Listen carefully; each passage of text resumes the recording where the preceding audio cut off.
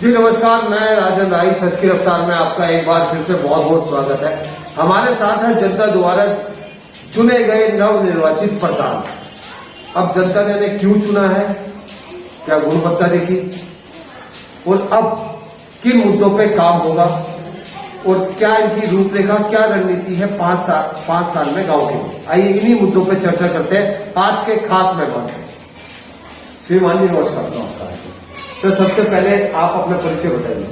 Sir मेरा नाम अर्जुन सिंह है, मैं बड़े गांव का मूल निवासी हूँ। एजुकेशन MBA हूँ, ठीक है।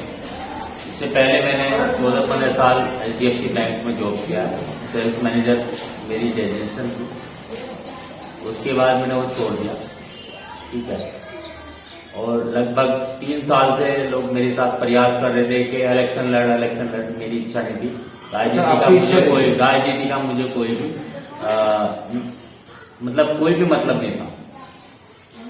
लेकिन मेरे समाज ने और मेरी पार्टी ने मेरे बड़ों पे, बुजुर्गों पे एक प्रेशर किया कि नहीं अर्जुन को लड़ाते हैं इलेक्शन में, प्रधानी का इलेक्शन, ठीक है ना।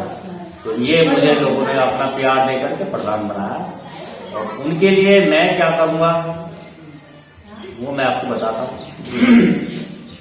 कहीं ना कहीं जीत जो हुई है जनता की। जी हाँ। आपका राजनीति माने कोई उद्देश्य नहीं? बिल्कुल, ये एक इत्तेफाकन हो। जी हाँ। कितने विकल्प थे यहाँ पर?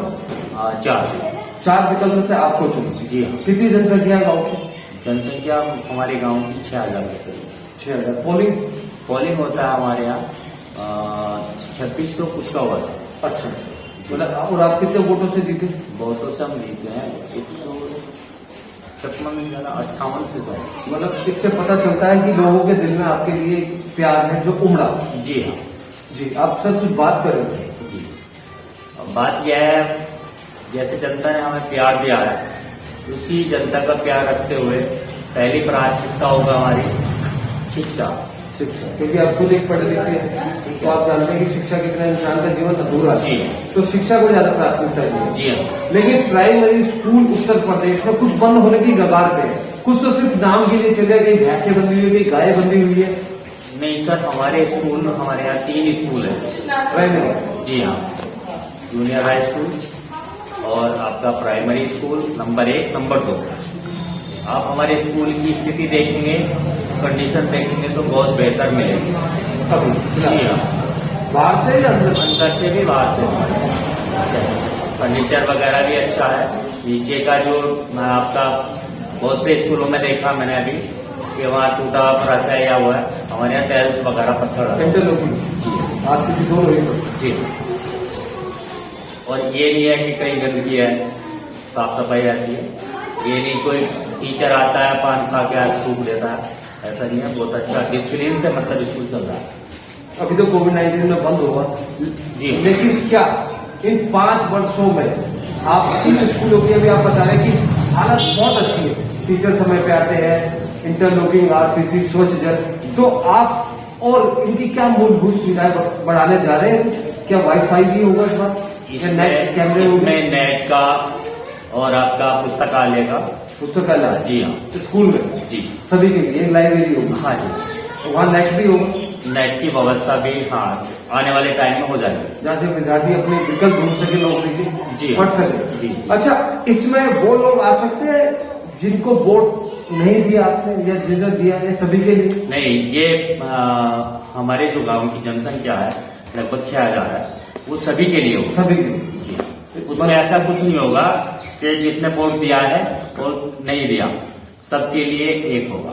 प्रधान गांव के लिए है, पूरे गांव के लिए प्रधान चुना है। एक दुर्भाग्य की बात है कि हमारे भारतवर्ष में जातिवाद की राजनीति की जाती है, लेकिन इस गांव में जातिवाद हमारे गांव में कोई भी भेदभाव नहीं है जाति को लेकर के। कोई हमारे गांव में ऐसा नहीं है कि झगड़ा विवाद होता है। लेकिन ये बात आप मानते हैं कि जातिवाद एक बहुत बड़ा अपना वोट बैंक बनाती है चुनाव के समय में? कई बार ऐसा होता है जी, ठीक है ना, लेकिन हमारे यहाँ ऐसा नहीं है। ऐसा नहीं जी। पार्टी बाजी हर गांव में लेके नीचे से और ऊपर तक की होती है, ठीक है ना, लेकिन हमारे यहाँ जातिवाद पे कभी इलेक्शन नहीं होता। तो आपके लिए पूरा गांव एक बराबर? जी हाँ। अच्छा, कोविड-19 में क्या अपने गांव में अभी वैक्सीन की कोई टीम आई? जी आज ही वैक्सीन का कैंप लगा हुआ था यहाँ लगा हुआ है। तो कितने लोगों ने वैक्सीन लगाई? 100 अबव। लेकिन मेरे साथ ऐसा हो रहा है कि मैं जब भी वैक्सीन की बात कर रहा हूँ तो प्रधानों का जवाब ही नहीं निकलता। वो कहते हैं 5, 10, 2, 4। नहीं सर, एक खौफ बना हुआ है गाँव में। मैं बताऊँ आपको सर क्या है कि वैक्सीन से लोग घबरा रहे हैं, जिन्हें नॉलेज नहीं है वो डरते हैं। ठीक है, हमारे भाई साहब है, टीचर है इंटर कॉलेज में, इन्होंने वैक्सीन लगवाया, जबकि ये कंडीशन थी कि 40+ उस पे लगेगा, लेकिन हमारे भाई जी की जो एज होगी ज्यादा 32 होगी। उसके बाद पहले भी कैंप लगा, जबकि हमारे यहाँ 26 लोगों ने लगवाया, अब के 100 अबव। तो इसके लिए आपने कोई भूमिका बनाई अपनी की? मतलब आपने, मुझे लगता है कि जनसभाएं करी, लोगों से कॉन्फ्रेंस करा कि आप जाइए लगवाइए सुरक्षा कवच, इसमें कोई ऐसी बात नहीं? जी। अच्छा, तो उसमें आपको कामयाबी मिली? देखो अभी तो पहली डोज लग रही है शायद, ठीक है ना, आने वाले टाइम में जैसे उसका पीरियड होगा तो सेकंड में और ज्यादा लगाएंगे।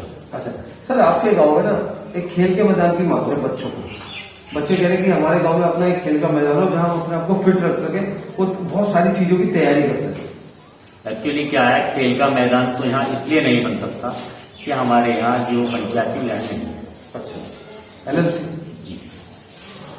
तो उसके लिए आप कुछ समस्या का समाधान कर सकते हैं? समस्या का समाधान देखो, जैसे आप कह रहे हैं और आपके सामने डिमांड आई है कि ऐसा हो, तो उसके लिए हम विचार करके और आपका क्या नाम है, जो हमारा ब्लॉग या वीडियो होगा उससे बात रखेंगे, और आने वाले टाइम में अभी विधायक या सरकार जैसे भी होगी 2022 में। जी हाँ, ठीक है, उसके बाद में कुछ होता है तो हम मतलब आप प्रयास करेंगे कि गाँव में अपना एक जी खेल का मैदान हो। हम लाने की कोशिश करेंगे। शिक्षा को आप प्राथमिकता सबसे ज्यादा देंगे, खेल का मैदान भी मिलेगा। जी। अच्छा, आपके गाँव में आयुष्मान भारत है?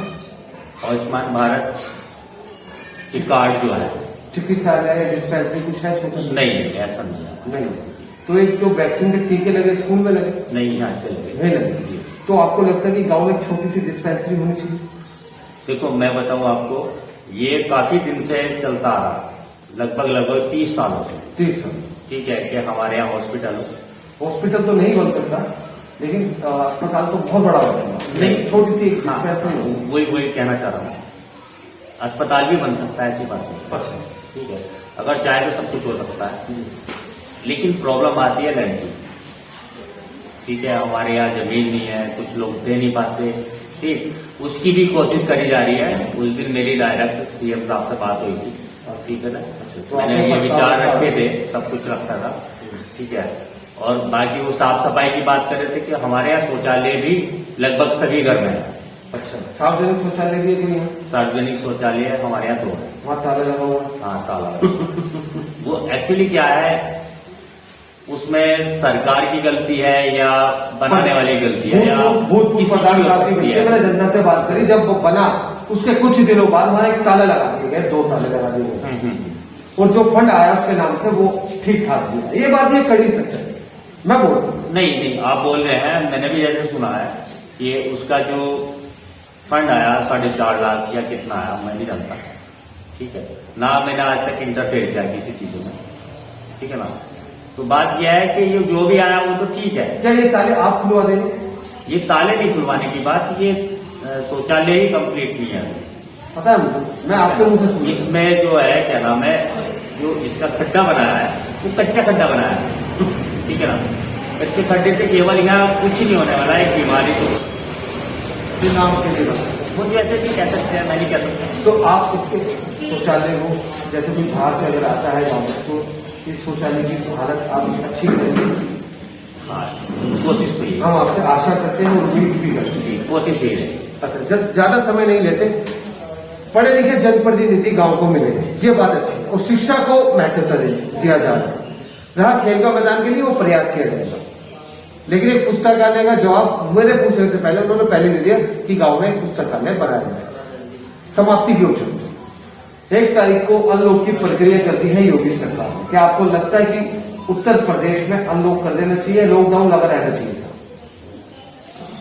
देखो जैसे अभी स्थिति है हमारे प्रदेश की, अभी कोई इतनी सुधार में नहीं है। हो सकता है आप लोग दिखा पा रहे हैं नहीं दिखा पा रहे, वो तो मैं नहीं जानता, लेकिन मेरे गांव में एक छोटा सा गांव है, लगभग 30 से 35 डेथ एक महीना में। कोरोना नहीं कह सकते, क्यों? 2 पेशेंट तो ऐसे थे कि कोरोना साबित हुआ। अच्छा, ब्लैक फंगस बता दिया डॉक्टर ने, कुछ भी हो सकता है। लेकिन इतना होने के बाद भी न्यूज पे देखा नहीं मैंने कितना, कि कम से कम मिल रहा, लेकिन जो मरने वाली की संख्या थी वो बहुत ज्यादा है। उसके बाद में अब थोड़ा थोड़ा सुधार आ रहा है। तो मेरा तो विचार यही था कि अनलॉक ना हो। लेकिन 23 करोड़ लोग गरीबी रेखा के नीचे आ चुके, जो औसताना 375 से 400 रुपए कमाते हैं, 23 करोड़ लोग अब गरीबी रेखा के नीचे भारत में। वो तो मैं बताऊंगा आपको क्या है। जो 23 करोड़ बता रहे हैं आप, है ना जी, वो तो जब भी विचार ऐसे। तो आपको लगता है कि अनलॉक कर देना चाहिए? नहीं, वो तो तब भी ऐसे ही है। जब 200-300 रुपए कमाते हैं तब भी उनको कुछ नहीं होता, ठीक है ना। सरकार कहती है कि मैं राशन दे रही हूँ, ठीक है, क्योंकि राशन से ही थोड़ी काम चलेगा, क्यों? बिल्कुल, और बहुत सारी चीजें है ना। सरकार कहती है मैं राशन दे रही हूँ, राशन वहां से आता है, ठीक है, लेकिन राशन भी लगता जाता है नाम पे उनके आता है, खाता कोई होता है, फायदा क्या है? इससे अच्छा तो उसे ऐसे छोड़ दो ना, मर जाएंगे बेचारे। आप लॉकडाउन के खिलाफ? अपने लॉकडाउन के मैं खिलाफ हूँ। मैं कह रहा हूँ लॉकडाउन लगाइए तो तरीके से लगाइए ना, सावधानी। क्यों? सब लोग भाग रहे हैं, घूम रहे हैं, क्या लॉकडाउन क्या है? पहले लॉकडाउन था, अभी ढिलाई। हाँ ऐसे ही है, तो रोड पे ऐसे ही घूमते रहो। अर्जुन जी का कहना है कि लॉकडाउन अगर लगे तो टाइट, और ये सच बात है। इस जो ये बीमारी है इसका सोल्यूशन सिर्फ लॉकडाउन था। लॉकडाउन लगने के बाद इस बीमारी की गिरावट हुई। चलिए आगे सर, सच की रफ्तार के माध्यम से क्या आप अपने गांव वासियों से, गांव का नाम बड़ा गांव जी, अमरोली पड़ा जी, अपने बड़े गांव की जनता से कुछ कहना चाहेंगे सच की रफ्तार के माध्यम से? मैं अपने गांव की जनता का सबसे पहले तो धन्यवाद करता हूँ हाथ जोड़ के, ठीक है, और जो उन्होंने आशाएं जता करके मुझे प्यार दिया है, ठीक है, उम्मीदें रख करके प्यार दिया, उसके लिए मैं पूरी कोशिश करूंगा कि मेरे गांव में जो सुविधा नहीं है वो सुविधा मैं उपलब्ध करा दूं। धन्यवाद। देखिए, आज से कुछ समय के बाद फिर हम इस गांव में आएंगे और देखेंगे कितना परिवर्तन होगा। एक सज्जन हमारे साथ बैठे, वैक्सीन का टीका लगवाया, 40+ को टीका लगना था, वो 35+ है और इस वक्त मेरे साथ है। आइए पूछते हैं कि उस नौजवान ने जो पहल की, उसको आगे गांव में और भी लोग अगर उस नौजवान से प्रेरणा लें तो उसको कैसा लगेगा। श्रीमान जी नमस्कार। नमस्कार सर। सर आपका शुभ नाम? सत्यवीर जी। सत्यवीर जी, जाहिर सी बात है सत्य ही बोले जी। आप अध्यापक भी? जी सर। आपने वैक्सीन का टीका लगवाया? जी सर। किसके कहने पर? अपने मन में विचार आया या प्रधान जी के कहने पर या कुछ और?